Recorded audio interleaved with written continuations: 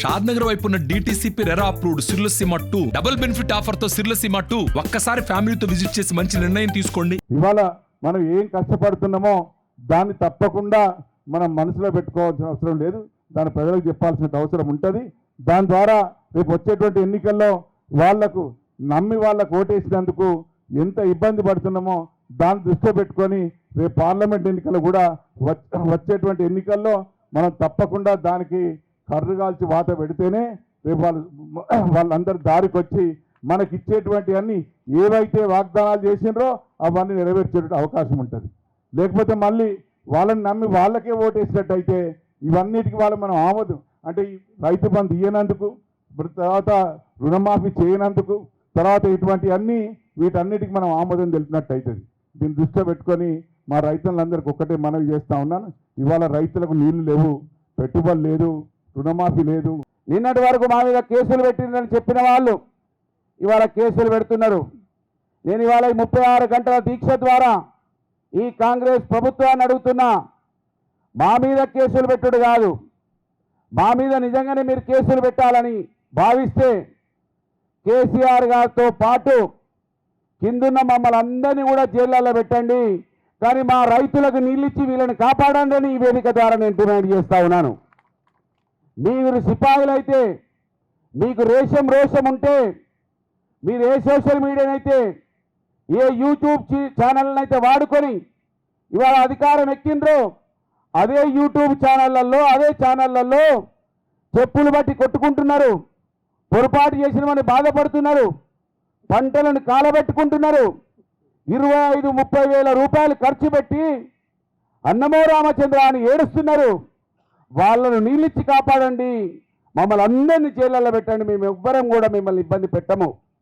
కానీ ఇవాళ మీరు షెడ్యూల్ ఇచ్చిండ్రు నీళ్ళు ఇస్తామని, మీ అధికారులు మీ ప్రభుత్వానికి సంబంధించినటువంటి మీరు అందరూ మా మొత్తం కింది ఆయకట్టు వరకు B83, 86కు కింది వరకు నీళ్ళు ఇస్తామని షెడ్యూల్ ఇచ్చిండ్రు.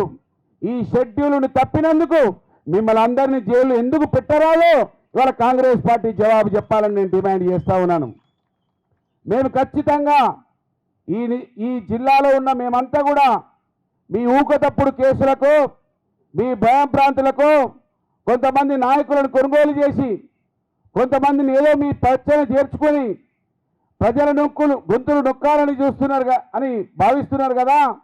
మీరు లీడర్లను కొంటారు కావచ్చు, కానీ మా కింది స్థాయి కార్యకర్తలను ప్రజల గొంతులు నొక్కడానికో ఎన్నడూ కూడా మీ తరం కాదనే విషయాన్ని ఈ సందర్భంగా గుర్తు చేస్తా ఉన్నాను.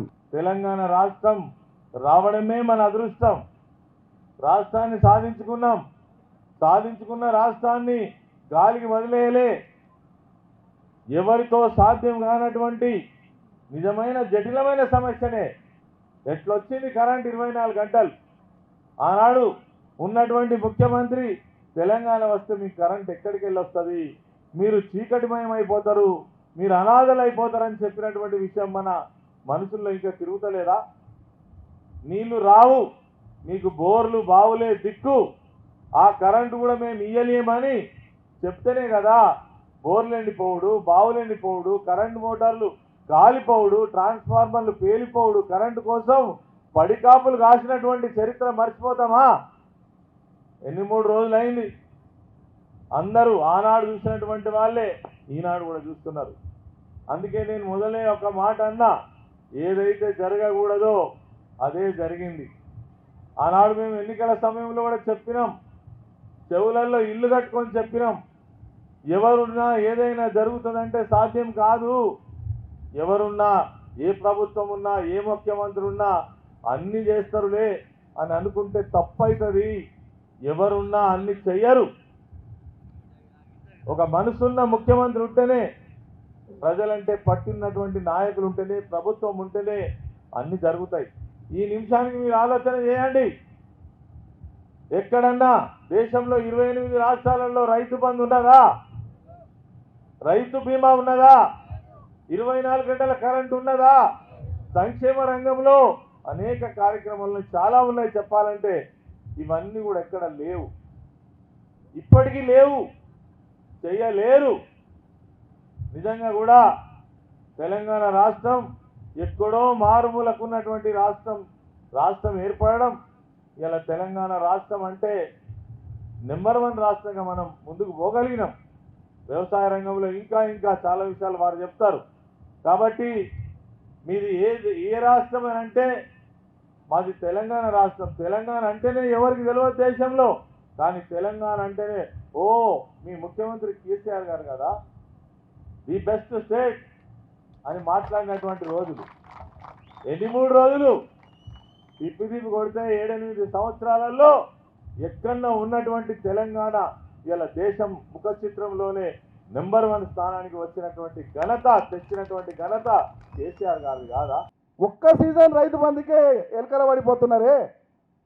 మరి 11 విడతల రైతు బంధు, ఒక విడత పోచారాం గారి నాయకత్వాన, 10 విడతలు ఆనాటి ముఖ్యమంత్రి కేసీఆర్ గారి సారథ్యంలో నేను తెలంగాణ వ్యవసాయ శాఖ మంత్రిగా 10 విడతలు మొత్తం కలిపి 72,815 కోట్ల రూపాయలు రైతులకు ఇబ్బంది కాకుండా టెన్షన్గా రైతు బంధు ఇచ్చిన. కోవిడ్ వచ్చి ప్రపంచంలో అన్నీ ఆగిపోయిన పరిస్థితి, కానీ వ్యవసాయం ఆగనికే వీలు లేదని చెప్పి వ్యవసాయ శాఖను మరింత బలోపేతం చేసినాం. కోవిడ్లో కూడా రైతులను ఆదుకొని పంటలు కొంటిమి, పండించిన ప్రతి పంటను కొంటిమి.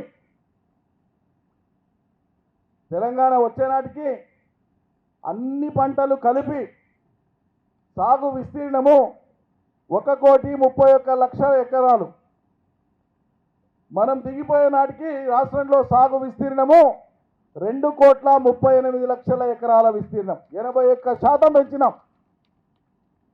68 లక్షల మెట్రిక్ టన్నుల ధాన్యం 2014 రికార్డ్ అయింది.